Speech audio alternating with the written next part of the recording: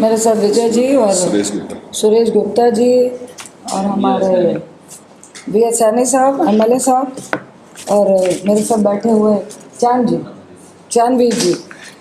और thank you so much मेरे electronic media के भाइयों, फ्रेंड्स और प्रिंट मीडिया के।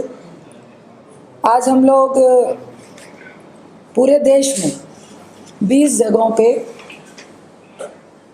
अग्निपथ पे, जो एक अग्निपथ का नाम उन्होंने किस लिए दिया, जो युवाओं के लिए अग्निपथ बन गया, उसके लिए आज 20 स्टेट पे कांग्रेस अग्निपथ के विरोध में प्रेस कॉन्फ्रेंस करके अपना विरोध जाहिर कर रही है, लोगों को अवेयर कर रही है। और जो युवा आज अग्निवीर से सिर्फ खफा ही नहीं है, गुस्से में है, क्रोधित है, दुखी है। जिस तरह उनके सपनों को तोड़ा गया है, हम उनके साथ खड़े हैं, कांग्रेस उनके साथ खड़ी है। आप कह सकते हैं हम 8-10 पॉइंट वाइज आपसे सिर्फ पॉइंटर्स देने आए हैं कि ये जो फरमान है, आप सबको मालूम है कि एक तुगलकी फरमान जारी होता है ऊपर से,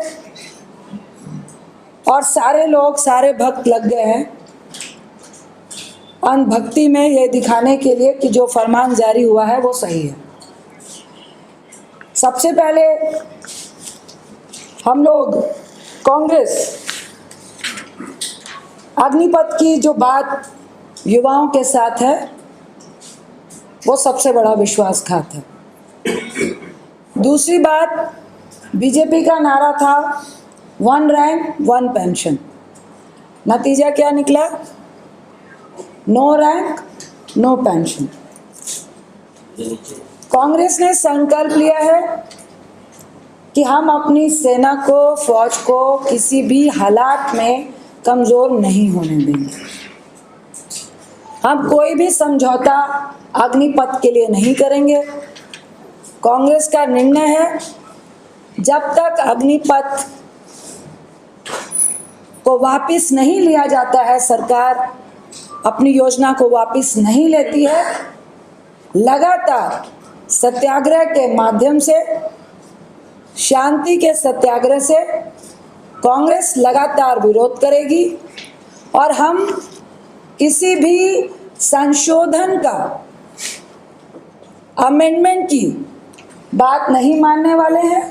कांग्रेस अडिग है, युवाओं के साथ है कि सबसे पहले सरकार को अग्निपथ वापस लेना चाहिए, उसके बाद ही विचार विमर्श हो, एक्सपर्ट को बुलाएं, रिटायर्ड सेना के फौजियों को बुलाएं, ऑफिसर्स को बुलाएं, जितने भी रिटायर्ड ऑफिसर्स जो कह रहे हैं कि ये बहुत बड़ा बवंडर है, उन सबको बुलाएं। लेकिन पहला हमारा एक ही मांग है, अग्निपथ को वापस लिया जाए। हम इनकी बात कहने जाएंगे। पहले आप जीएसटी लाए, नोटबंदी लाए, आप किसानों का बिल लेकर आए, 16 करोड़ युवाओं को रोजगार देने की बात करी। और मुझे एक किस्सा याद आया जो मैंने पार्लियामेंट में ही कहा था। अब ये अग्निपथ लेकर आए और हमारे प्रधानमंत्री कह रहे हैं कि बहुत अच्छी योजना है, अभी तो नहीं लेकिन भविष्य में आपको अच्छी लगेगी।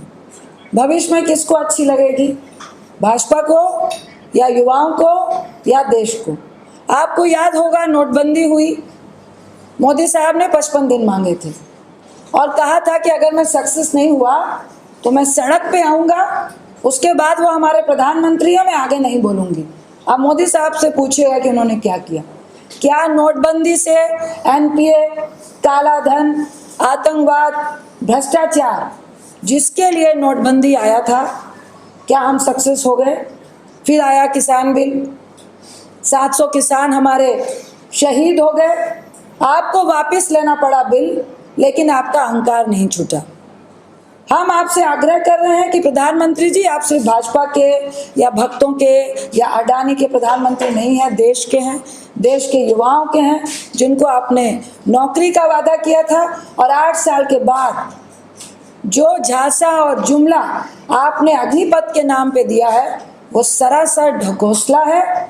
और सिर्फ इससे युवाओं को ही धोखा नहीं मिला है, हमारी सेना पे आघात है। हमारी सेना, जो आपके मंत्री कहते हैं कि युवा हो जाएगी और अच्छी हो जाएगी, ऑलरेडी हमारी सेना पूरे वर्ल्ड में सबसे बेस्ट सेना कहलाती है, चाहे आर्मी हो, नेवी हो, एयरफोर्स हो। उल्टा आप इसमें ठेकेदारी प्रथा लाके आप अपनी सेना को कहाँ लेके जाना चाहते हैं? आप कह रहे हैं हमारी सेना युवा होगी। मैं आपसे पूछती हूँ, भाजपा वालों से प्रश्न है हम लोगों का कि कैसे युवा होगी? हमारी फौज में 15 लाख सैनिक हैं। आप हर साल 56,000 के करीब ठेकेदारी में कॉन्ट्रैक्ट बेस पे युवा को भर्ती करेंगे, जिसमें मात्र 25% 12,500 लोगों को आप स्थायी करेंगे। दूसरी तरफ लगभग 60 से 80 हजार हर साल आप रिक्त पदों को भरते थे, जो 3 साल से भर नहीं रहे हैं। एक तरफ 46,000 में 12,500 सालाना लेने से हमारी सेना कैसे युवा होगी? और